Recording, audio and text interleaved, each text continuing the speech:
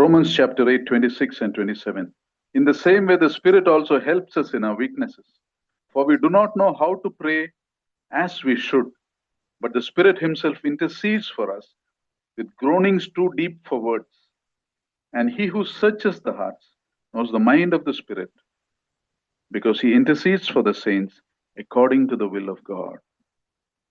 You see, Romans chapter 8 is full of wonderful revelations concerning the life of a believer, spiritual life of a believer, and the final destination of a believer. రోమీలకు రాసిన పత్రిక 8వ అధ్యాయంలో విశ్వాసికి సంబంధించిన ఆత్మీయ జీవితానికి సంబంధించిన అద్భుతమైన విషయాలు, అదేవిధంగా మన చివరి పరిస్థితుల్లో ఎలా ఉంటుందనే అద్భుతమైన విషయాలు మరి అక్కడ రాయబడ్డాయి. This chapter tells us that those who are in the Lord Jesus, there is no condemnation.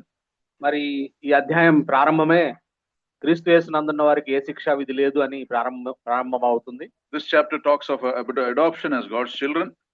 దేవుని బిడ్డలముగా మనము దత్తత స్వీకరించబడ్డాము అనే మాట తెలియజేస్తా ఉంది. This chapter speaks of God's, speaks of our future glory. భవిష్యత్తులో మనం పొందబోయే మహిమను గురించి ఈ అధ్యాయంలో రాయబడింది. This chapter speaks of God's unbreakable love. దేవుని మరి విడదీయరాని ప్రేమ, దేవుడికి మన పట్ల ఉన్న మరి మార్పు లేని ఆ ప్రేమను గురించి కూడా రాయబడింది. And this verses we read just now speaks of how God deals with believers who are weak and confused and struggling. అయితే మనం చదువుకున్న వాక్య భాగంలో ఎవరైతే విశ్వాసి బలహీనంగా మరి ఆయన ఆత్మీయ జీవిత విషయంలో పోరాటం సల్పుతా ఉన్నాడో అటువంటి వారిని బలపరిచే ఉద్దేశంతో రాయబడ్డాయి. So let us look at these verses in small parts. మరి దీన్ని మరి చిన్న చిన్న భాగాలుగా మనము ధ్యానం చేద్దాం ఈ రెండు వచనాలు. In English, the first part, verse 26 says, likewise the Spirit also helps us in our weaknesses. మొట్టమొదట 26వ వచనంలో రాయబడ్డ మాట ఏమిటనంటే అటువలే ఆత్మయు మన బలహీనతను చూచి సహాయం చేయుచున్నాడు అని రాయబడింది. That means we all have weaknesses. దాని అర్థం ఏమిటంటే మన అందరము బలహీనతలు కలిగి ఉంటాం. And in our Christian life, many times God does not remove our weaknesses. మన క్రైస్తవ జీవితంలో చాలా సార్లు దేవుడు మన బలహీనతలను తీసివేయడు. He shows our weaknesses and tells us how to get out of those weaknesses. ఆయన మన బలహీనతల్ని మనకు చూపించి దాని నుంచి బయట ఎలా పడాలో మనకు తెలియజేస్తా ఉంటాడు. Now, what are the weaknesses of a believer?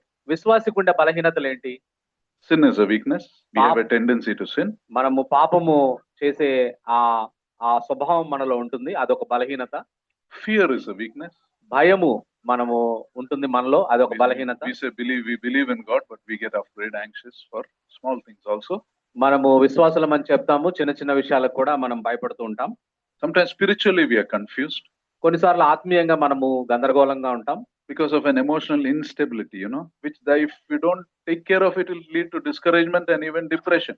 మరి భావోద్వేగాల్లో సమతుల్యత లేనందువలన అది కొన్నిసార్లు మనల్ని ఒత్తిడికి గురి చేసి మనల్ని నిరాశకు, కృంగుదలకు గురి చేస్తుంది. And on top of that, we have a powerful enemy who's opposing us. వీటన్నిటికి పైన ఒక శక్తివంతమైన అపవాది మనకున్నాడు, ఆయన మనల్ని ఎప్పుడు ఎదిరిస్తూ ఉంటాడు. But here is a great comfort. We are not left to ourselves. అయితే ఇక్కడున్న మనకు ఆదరణకరమైన మాటలు ఏమిటనంటే ఈ పోరాటంలో, ఈ బలహీనత మీద పోరాటంలో మనమే ఒంటరిగా దేవుడు మనల్ని విడిచిపెట్టలేదు. The Spirit helps us in our weaknesses. మన పరిశుద్ధాత్మ దేవుడు మనకి సహాయం చేస్తాడు. This help implies, the meaning is someone coming beside us. We are carrying a heavy burden, but someone is coming beside us to carry it with you. అయితే దాని అర్థం ఏమిటనంటే, ఇక్కడ రాయబడిన వాక్యం యొక్క అర్థం ఏమిటనంటే, మనం ఒక భారమైన బరువును మోస్తూ పోతున్నప్పుడు పక్కన ఒక వ్యక్తి వచ్చి ఆ బరువును మోయటంలో మనకు సహాయం చేస్తున్నాడని అర్థం. You see, as believers, God never expects us to face your burdens alone. విశ్వాసులముగా మనము మన భారాలను మనమే ఒంటరిగా మనం భరించాలని దేవుడు మనల్ని కోరుకోవట్లేదు. The Spirit helps us in our weaknesses. He supports us.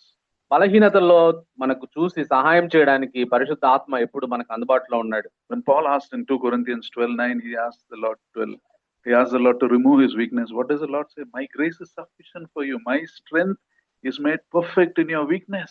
2 కొరింథీ పత్రిక 12వ అధ్యాయం 9వ వచనంలో, ప్రభువా నా శరీరంలో ఉన్న ముళ్ళును తీసివేయవా అని అడిగినప్పుడు, నా కృప నీకు చాలు, ఆయన కృప నా బలహీనతలందు నన్ను బలపరుస్తుంది అని పౌలు గారు చెప్పారు. So that's the first thing. Let's go to the second part of the verse 26. In English it says, "For we do not know what we should pray for." కాబట్టి రెండో భాగంలోనికి పోతే 26వ వచనంలో, ఏలైనగా మనం యుక్తముగా ఎలాగూ ప్రార్థన చేయవలనో మనకు తెలియదు కానీ. Now why do you not know what to pray for? ఏ విధంగా ప్రార్థన చేయాలో మనకు ఎందుకు తెలియదు? There are two reasons for that. రెండు కారణాలు ఉన్నాయి అందుకు. First is we cannot foresee the future, right? ఎందుకనంటే మొట్టమొదటిది భవిష్యత్తును మనం చూడలేము. We can plan for a lot of things, but we cannot foresee the future. భవిష్యత్తు కొరకు అనేక విషయాల్లో మనం ప్రణాళిక కలిగి ఉంటాం, కానీ భవిష్యత్తును మనం చూడలేము. Forget foreseeing the future. You cannot see 1 minute before us, right? ఆ భవిష్యత్తును చూసే తర్వాత పక్కన పెడదాం, ఒక నిమిషం తర్వాత ఏం జరుగుతుందో కూడా మనకు తెలియదు. That's the first reason. We cannot foresee. That's why we don't know what to pray for. అందువల్ల మనం భవిష్యత్తును చూడలేం కాబట్టి దేని కొరకు మనం యుక్తంగా ప్రార్థన చేయాలో మనకు తెలియదు. అది మొదటి. Second reason. రెండవ కారణం ఏమిటంటే, we don't know what to pray for is we don't know what is best for us. రెండవది ఏమిటనంటే, మనకు శ్రేష్టమైనది ఏంటో మనకు తెలియదు వాస్తవంగా. Even if you knew something is going to happen, you really don't know what is it good for you or bad for you. ఏదైనా ఒకటి మనకు సంభవించబోతుందని తెలిసినా కూడా దాని ద్వారా నీకు అసలు మంచి జరుగుతుందా వాస్తవంగా చెడు జరుగుతుందా అనే విషయం కూడా తెలియదు మనకి. Many times we pray for the wrong things. చాలా సార్లు మనం తప్పుడు విషయాల కోసం ప్రార్థన చేస్తా ఉంటాం. We pray for things that will ultimately harm us. చాలా మనల్ని హాని చేసే విషయాల గురించి మనం ప్రార్థన చేస్తా ఉంటాం. Sometimes we push through marriage proposals when God is trying to protect you from an abusive marriage. మరి try to push through. మరి దేవుడు కొన్నిసార్లు మనకి ఒక కఠినతరమైన వివాహ జీవితాన్ని అడ్డుకోవడానికి కొన్ని సంబంధాలను ఆపుతూ ఉంటే, కానీ మనం ముందుకు వెళ్ళడానికే మనం ప్రయత్నం చేస్తాం. Because we like the face, or we like the qualification, or we like the money. ఎందుకంటే మన అందం చూసైనా, లేకుంటే ఆ ఉద్యోగం చూసైనా, లేకపోతే వాళ్ళ జీతం చూసైనా, వాళ్ళకున్న ఆ విద్యార్హతలు చూసైనా మనం ముందుకు వెళ్ళడానికి ప్రయత్నం చేస్తుంటాం. And many times we pray that God will protect us from the things actually He wants to give us. మళ్ళీ చాలా విషయాల్లో కూడా మనము ఆయన మనకి ఏదైతే ఇవ్వాలనుకుంటున్నాడో దాని నుంచి మనము పక్కకు తప్పుకోవడానికి మనం ప్రార్థన చేస్తూ ఉంటాం. Therefore we do not know what to pray for, because we cannot see what God is doing. అందువల్ల దేవుడు ఏం చేస్తున్నాడో దేవుడికి ఉన్న జ్ఞానం మనకు తెలియదు కాబట్టి మనము ఏం ప్రార్థన చేయాలో తెలియకుండా మనము ఇబ్బంది పడుతూ ఉంటాం. For example, if you remember last week's worship, Joseph was sold by his brothers and falsely imprisoned. మరి ఉదాహరణకి మనము గత ఆరాధన వర్తమానంలో మనం చూసాము, యోసేపు ఆ అన్నల చేత తప్పుగా నిందించబడి మరి ఆయన జైల్లో వేయబడ్డాడు. But what looked like abandonment was actually preparation. వాస్తవంగా తనకి కఠినంగా తనను ఇబ్బంది పెడుతున్నట్టుగా అనిపించింది, తనను దేవుడు వేరే పని కొరకు సిద్ధపరుస్తున్నాడు. Later on he realized that what God intended was always for his good. మరి తన అన్నలు అమ్మడం గాని, ఈ జైల్లో పడడం గాని, ఇవన్నీ తన మేలు కొరకే జరిగాయని ఆ తర్వాత యోసేపు గుర్తించగలిగాడు అన్ని జరిగిన తర్వాత. You see, many times we pray for relief, but God is focused on refining us. మనము చాలా సార్లు ఒక విషయం నుంచి విడిపించబడాన్ని మనము ప్రార్థన చేస్తా ఉంటాం, దాని గురించి ఆలోచిస్తా ఉంటాం. అయితే దేవుడు మనల్ని మరింత మెరుగైన వ్యక్తిగా తయారు చేయడానికి ప్రయత్నిస్తున్నాడు అన్న విషయం మర్చిపోతాం. We pray that we'll be spared from the fire, but God wants to use that fire to purify you.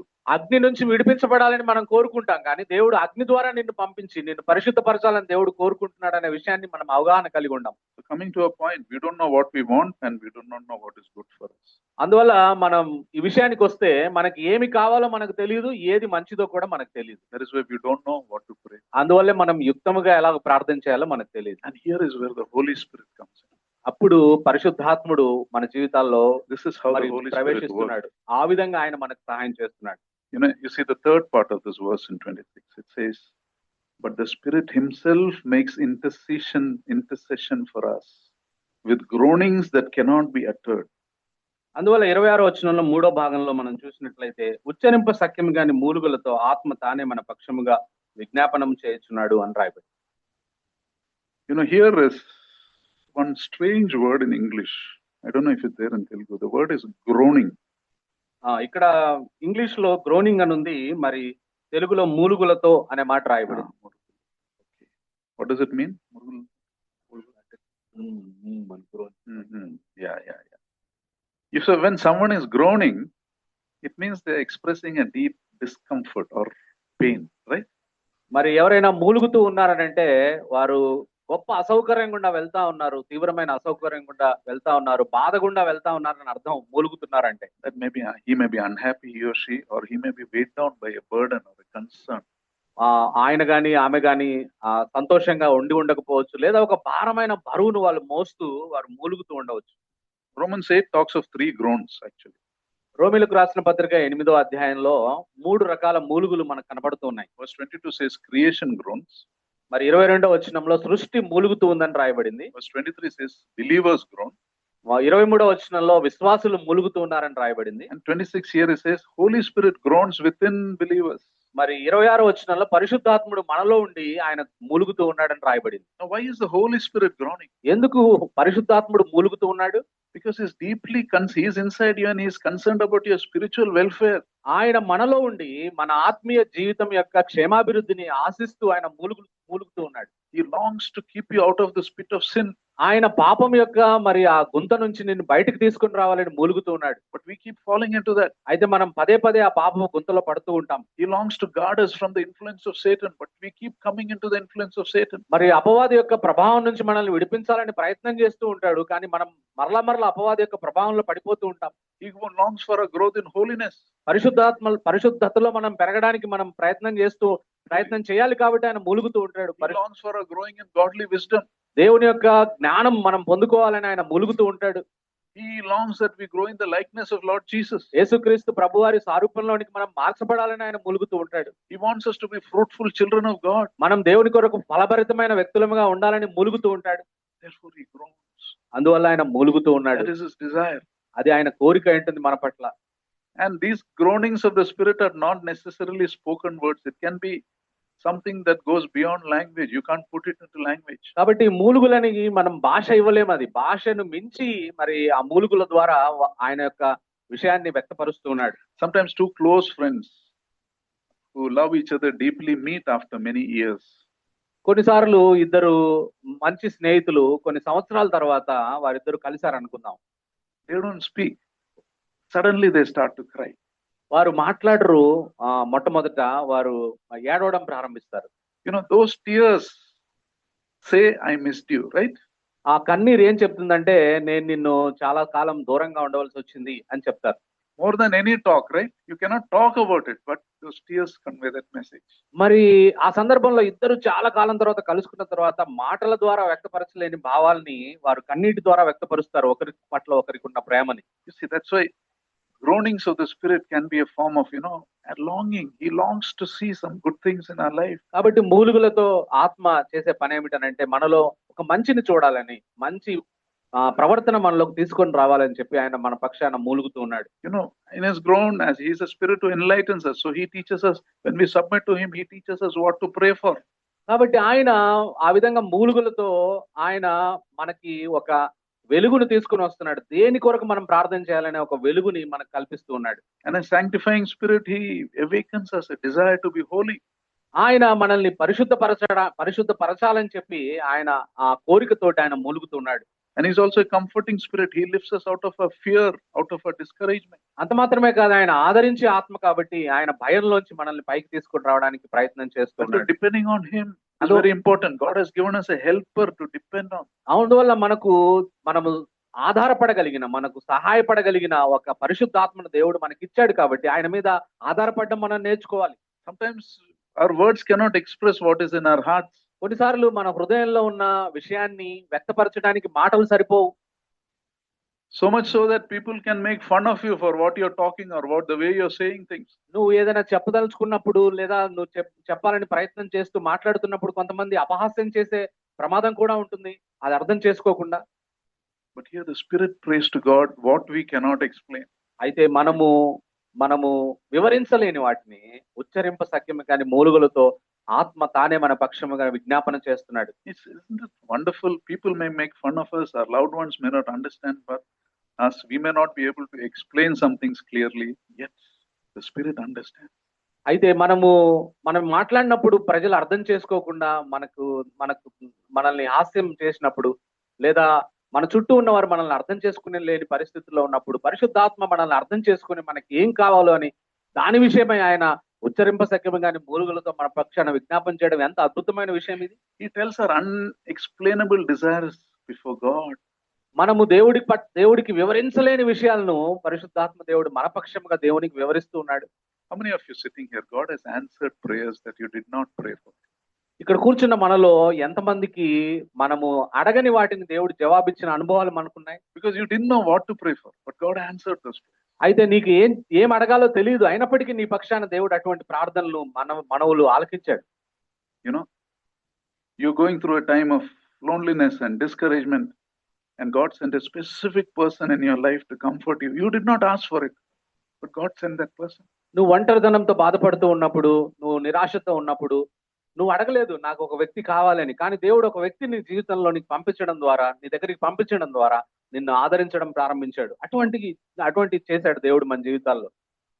Or you have a difficult marriage, there is not much love between both of you. You didn't know how to handle it, so you didn't pray properly for that. ఒకవేళ నీ వివాహం కఠినతరమైన పరిస్థితుల గుండా, ఇబ్బందికరమైన పరిస్థితుల గుండా వెళ్తూ ఉన్నప్పుడు, ఇద్దరి మధ్య ప్రేమ లేనప్పుడు, భార్యాభర్తల మధ్య ఏ విధంగా మీరు ఆ విషయంలో ముందుకు వెళ్ళాలో మీకు తెలియని పరిస్థితుల్లో, But God allowed a situation in your life or a sickness in one of you, and through that your marriage is experiencing a healing.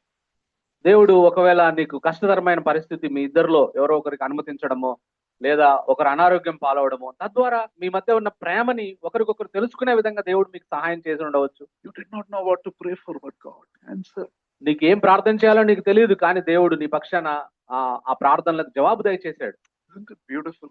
God not only understands what we say, He understands what we desire.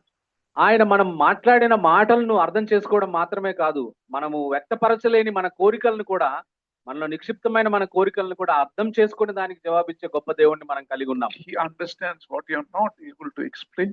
నువ్వు వివరించలేని వాటిని దేవుడు అర్థం చేసుకునే ఆ కృపను మనకు అనుగ్రహించాడు. See, our tears, our silence, our broken cries are fully understood in heaven. కాబట్టి మన దుఃఖము, మన విరిగిన హృదయము, మనము కార్చే కన్నీరు, అది పరలోకంలో పూర్తిగా దేవునికి తెలియబడతా ఉంది. Because the Holy Spirit within you understands what you're going through. ఎందుకంటే మనలో ఉన్న పరిశుద్ధాత్మ మనం ఏ పరిస్థితి గుండా వెళ్తున్నామో ఆయన మనల్ని అర్థం చేసుకునేవాడై ఉంటున్నాడు. We are not alone. మనం ఒంటరి వారం కాదు. That's what explained in the next part, verse 27. 27వ వచనంలో ఆ విషయాలు ఇంకా వివరంగా తెలియజేయబడ్డాయి. He who searches the hearts knows what the mind of the Spirit is, because the Spirit intercedes for the saints in accordance to God's will. మరియు హృదయములను పరిశోధించువాడు ఆత్మ యొక్క మనస్సు ఏదో ఎరుగును, ఏలైనగా ఆయన దేవుని చిత్త ప్రకారం పరిశుద్ధుల కొరకు విజ్ఞాపనం చేయుచున్నాడు. You know, the Spirit within you prays for what you're going through in accordance to God's will, and therefore His intercession is always effective. కాబట్టి దేవుని చిత్త ప్రకారం మన పరిశుద్ధాత్మ మన పక్షంగా విజ్ఞాపన చేస్తుంటాడు. కాబట్టి అది నిజంగా అది చాలా మేలు కొరకు ఆ విధంగా మన విషయంలో జరుగుతుంది. You know, the enemy cannot prevail over such a prayer. అటువంటి ప్రార్థనకు విరోధి ఎదురుగా నిలబడలేడు. We only have to submit to the Lord, that's all. We only have to learn to depend on the Spirit. మనం పరిశుద్ధాత్మ మీద ఆధారపడడం, దేవునికి లోబడడం నేర్చుకోవాలి, అంతే మనం చేయవలసింది. We only need to know, take His help for us in life situation. మన జీవిత పరిస్థితుల్లో ఆయన సహాయం పొందుకోవడం మనం తెలుసుకోవాలి, అంతే. Now when we speak of intercession, remember we have two intercessors.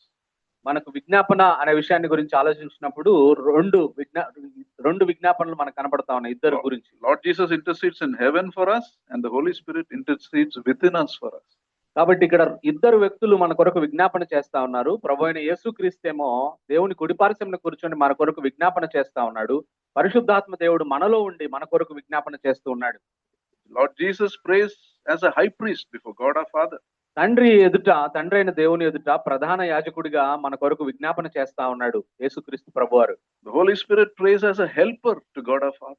మరి పరిశుద్ధాత్ముడేమో సహాయకుడిగా మనలో ఉండి ఆయన మన కొరకు విజ్ఞాపన చేస్తా ఉన్నాడు. Imagine we are surrounded by the Trinity. మనం ఆలోచించినట్లయితే త్రిత్వము చేత మనము ఆవరించబడి ఉన్నాం. So how should we respond to this? అయితే మనం ఎలా ప్రతిస్పందించాలి ఈ గొప్ప ఆధిక్యతకి? We must pray. First, we must pray even when we feel weak. కాబట్టి మొట్టమొదట మనము బలహీనంగా అనిపిస్తున్నప్పుడు కూడా మనం ప్రార్థన చేయాలి, ప్రార్థన మానకూడదు. Don't go away from God when you feel weak. God is not waiting for your perfect prayers. He is looking for your dependence on Him. కాబట్టి దేవుడు నీ పరిపూర్ణ ప్రార్థనలు దేవుడు మరి ఆశించట్లేదు, కానీ నువ్వు ఆయన మీద ఆధారపడే ప్రార్థనలు చేయాలని ఆయన ఆశిస్తూ ఉన్నాడు. కాబట్టి దేవునికి దూరంగా వెళ్ళకండి. బలహీనత సమయంలో దేవునికి దగ్గరగా వచ్చి ప్రార్థన చేయడానికి మీరు పూనుకోనండి. This is the solution to your problems in life. Remember that whatever you're struggling with. నువ్వు దేని విషయం నువ్వు పోరాడుతున్నావో, దేని విషయం నువ్వు ఇబ్బందిగా భావిస్తున్నావో, దానికి దేవుడిచ్చే పరిష్కారం ప్రార్థన అనే విషయాన్ని నువ్వు గుర్తించుకోవాలి. Don't look to people, don't complain to people. No, don't do those things. Learn to depend on the Lord. కాబట్టి మనుషులకు ఫిర్యాదు చేయొద్దు, మనుషుల వైపు చూడొద్దు, దేవుని మీద ఆధారపడడం నేర్చుకో. People can't solve their own problems. Why do you think they're going to solve your problem? వాళ్ళకున్న సమస్యలే వాళ్ళ సమస్యలను వాళ్ళు పరిష్కరించుకోలేరు. నీ సమస్యలు పరిష్కరిస్తారని ఎలా నువ్వు వేరే వారిని సంప్రదిస్తావు నీ సమస్య కొరకు? Learn to depend on Him. ఆయన మీద ఆధారపడడం నేర్చుకో. And don't be discouraged by silence. కాబట్టి నిశ్శబ్దం ఆవరించినప్పుడు దాని ద్వారా నువ్వు నిరుత్సాహం పడవద్దు. Silence does not mean absence. నిశ్శబ్దం ఉన్నప్పుడు దాని అర్థం దేవుడు లేడు అని కాదు, దేవుడు పని చేయట్లేదని కాదు అర్థం. God's Spirit is at work even when you don't sense Him. ఆయన నువ్వు అనుభవించకపోయినా దేవుడు, నీ పరిశుద్ధాత్మ దేవుడు నీలో పని చేస్తూ ఉంటాడు. నువ్వు ఆ విషయమై ఎరుక లేకపోయినా కూడా నీలో ఆయన నిశ్శబ్దంగా పనిచేస్తున్నాడు. And third, when you're looking for something badly, you want something, learn to rest in God's wisdom. కాబట్టి నీకేదైనా కావాలని నువ్వు ఎప్పుడైనా కోరుకుంటున్నట్లయితే, ఏ విషయమైనా కావాలని నువ్వు కోరుకున్నట్లయితే దేవుడి మీద నమ్మకం ఉంచు, దేవుడి మీద ఆధారపడు అంతే. Sometimes God does not want to give you. Sometimes He wants you to wait because you're not prepared to receive it. కొన్నిసార్లు దేవుడు నువ్వు అడుగుతున్నది ఇవ్వకూడదని అనుకుంటాడు ఆయన చిత్తం ద్వారా. రెండవది, నీకు ఇవ్వాలనుకున్నది ఇప్పుడే ఇవ్వడు, కొంతకాలం తర్వాత ఇస్తాడు నువ్వు ఆ పరిపూర్ణతలోనికి వచ్చినప్పుడు. Sometimes we don't have the maturity to handle what gives, so God makes us wait. ఎందుకనంటే దేవుడు నువ్వు అడుగుతున్నది ఇప్పుడు నువ్వు పొందుకోవడానికి కావలసిన పరిపక్వత నీలో లేదు కాబట్టి దేవుడు నిన్ను ఆగమని చెప్తాడు. Sometimes He says this is not good for you. He will deny it also. కొన్నిసార్లు దేవుడు మనం ప్రార్థించినప్పుడు ఆయన వద్దు, ఇది నీకు ఇది మంచిది కాదు అని చెప్తాడు. Remember always, God denies what you ask to give you what you truly need. కాబట్టి దేవుడు ఎప్పుడైనా తిరస్కరిస్తున్నాడు మన మనవిని అని అంటే, నీకు ఏదో మంచిది ఇవ్వాలని ఆయన దాన్ని నువ్వు అడుగుతున్న దాన్ని తిరస్కరిస్తున్నాడు అనే విషయం నువ్వు అవగాహన కలిగి ఉండాలి. So when confusing seasons, don't do your own thing. Learn to trust God. కాబట్టి ఏదైనా గందరగోళంగా ఏది మంచిదో ఏది చెడో నువ్వు నిర్ణయం తీసుకోలేని పరిస్థితిలో ఉన్నప్పుడు నువ్వు గందరగోళ పడొద్దు. నువ్వు అడుగు దేవుణ్ణి, ప్రభువా నాకు ఏది మంచిదో అది మాత్రమే నాకు ఇవ్వని. Many people went their own way and they went into so much of trouble. చాలా మంది తమ సొంత దారిని ఎంచుకొని సొంత దారిలో వెళ్తారు, చాలా కష్టాలు ఇబ్బందులు తెచ్చుకుంటారు. It is. Remember, even when your heart is heavy, words don't come easily. It's important to remember the Spirit intercedes for us and God understands what you feel. గుర్తుపెట్టుకో, హృదయం భారంగా ఉన్నప్పుడు, మాటలు పెగల్లేనప్పుడు, నీ భావాన్ని ఎలా వ్యక్తపరచాలో నీకు తెలియనప్పుడు పరిశుద్ధాత్ముడు నీ పక్షాన లోపల ఉండి నీ కొరకు ఉచ్చరింప సఖ్యం కాని మూలుగులతో విజ్ఞాపన చేస్తున్నాడు అనే విషయం గుర్తుపెట్టుకో. When I don't know what to pray for, ఏం ప్రార్థించాలో నాకు తెలియదు, as I should be praying. కాబట్టి పరిశుద్ధాత్మ దేవుడు నా పక్షముగా నేను దేని కొరకు అడగాలో అది దేవుడిని అడుగుతూ ఉన్నాడు అనే విషయాన్ని గుర్తుపెట్టుకో. And heaven always hears and answers them. అటువంటి ప్రార్థనలను పరలోకం ఖచ్చితంగా వింటుంది, ఖచ్చితంగా దానికి జవాబు దయచేస్తుంది. May not always be in the way you want to hear that answer. కాబట్టి ఆ జవాబు నువ్వు వినాలనుకున్నట్టుగా రాకపోవచ్చు, కానీ దేవుడు ఇవ్వాలనుకున్నట్టుగా ఆయన ఖచ్చితంగా మన ప్రార్థనలకు జవాబిస్తాడు. And when you pray like that, what begins as a weakness will end up in your victory. కాబట్టి అటువంటి పరిస్థితుల్లో మనం బలహీనతగా ఉండి మనం ప్రార్థన చేస్తే విజయం పొందుకోవడం ద్వారా ఆ ప్రార్థనకు జవాబు పొందుకుంటాం మనం. Because prayer does not depend on our strength. Prayer depends on God's power. ఎందుకంటే ప్రార్థన మన బలం మీద ఆధారపడదు, దేవుని శక్తి మీద ఆధారపడి ఉంటుంది ప్రార్థన యొక్క జవాబు. If you feel weak and wounded, నువ్వు బలహీనంగా ఉన్నప్పుడు లేదా గాయపరచబడినప్పుడు, one person said like this: a wound is a place where light enters in his life. అయితే ఒక వ్యక్తి అన్నాడు, గాయపడిన చోటు నుంచి దేవుని వెలుగు నీలో ప్రవేశిస్తుంది అన్నాడు. Even wound, let's say sometimes we have a wound, the doctor suggests don't bandage it, keep it in the open. కాబట్టి చాలా సార్లు మన చేతికి గాయమైనప్పుడు, శరీరం మీద గాయమైనప్పుడు దాన్ని మీరు కప్పి ఉంచొద్దండి, దాన్ని గాలికి ఉంచండి, తద్వారా అది మానుతుంది త్వరగా అని చెప్తారు. So that light may enter. Light is healing. ఎందుకనంటే వెలుగు దాంట్లోకి ప్రవేశించాలి. వెలుగు అంటే మనల్ని స్వస్థత, దాని ద్వారా మనం పొందుకుంటాం. Similarly, we must learn to open the wounds of our heart to the light of God's word and you will experience his healing. కాబట్టి ఆ విధంగా మనము గాయపడిన హృదయాన్ని దేవుని వైపు తెరిస్తే దేవుడి యొక్క వెలుగు అందులో ప్రవేశించి మన హృదయాలు స్వస్థపరచబడతాయి. Heaven is involved in our prayer.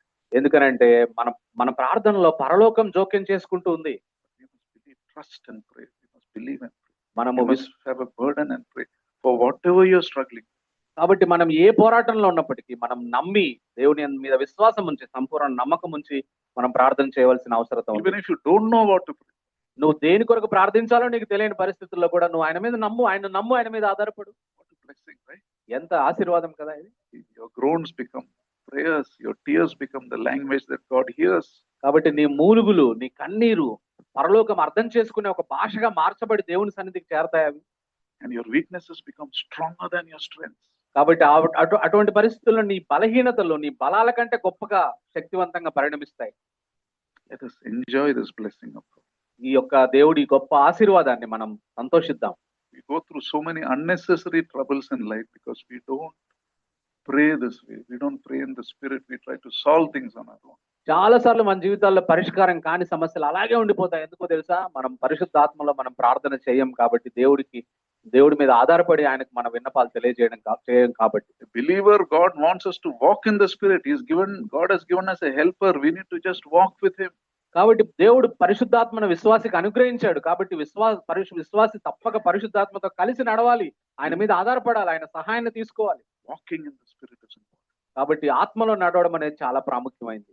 Don't say everything that comes out of your mouth. Learn to walk in the spirit. Speak what God wants you to speak. That's all. కాబట్టి నోటికి ఏదొస్తే అది మాట్లాడొద్దు. పరిశుద్ధాత్మ నిన్ను ఏం మాట్లాడమని కోరుతున్నాడు అదే మాట్లాడడానికి నువ్వు నేర్చుకోవాలి.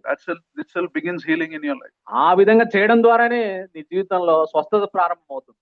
So let us lay hold of this great resource God has given us. కాబట్టి దేవుడు మనకిచ్చిన ఈ గొప్ప వనరుని మనం ఎత్తి పట్టుకుందాం దేవుని సన్నిధిలో. The one who is in you, that's why the Bible says, one who is in you is greater than one who is in you. కాబట్టి లోకంలో ఉన్న వాడి కంటే నీలో ఉన్నవాడు బలవంతుడు, గొప్పవాడు అని బైబిల్లో రాయబడింది, శక్తిమంతుడు అని. Let us pray. ప్రార్థన చేస్తున్నాం. ప్రభువా, ప్రేమగల తండ్రి, నీకు వందనాలు, స్తుతులు, స్తోత్రాలు చెల్లిస్తున్నాం నాయన. విశ్వాసులముగా గొప్ప జయ జీవితాన్ని మేము పొందుకోవాలని మీరు కోరుకుంటున్నారు.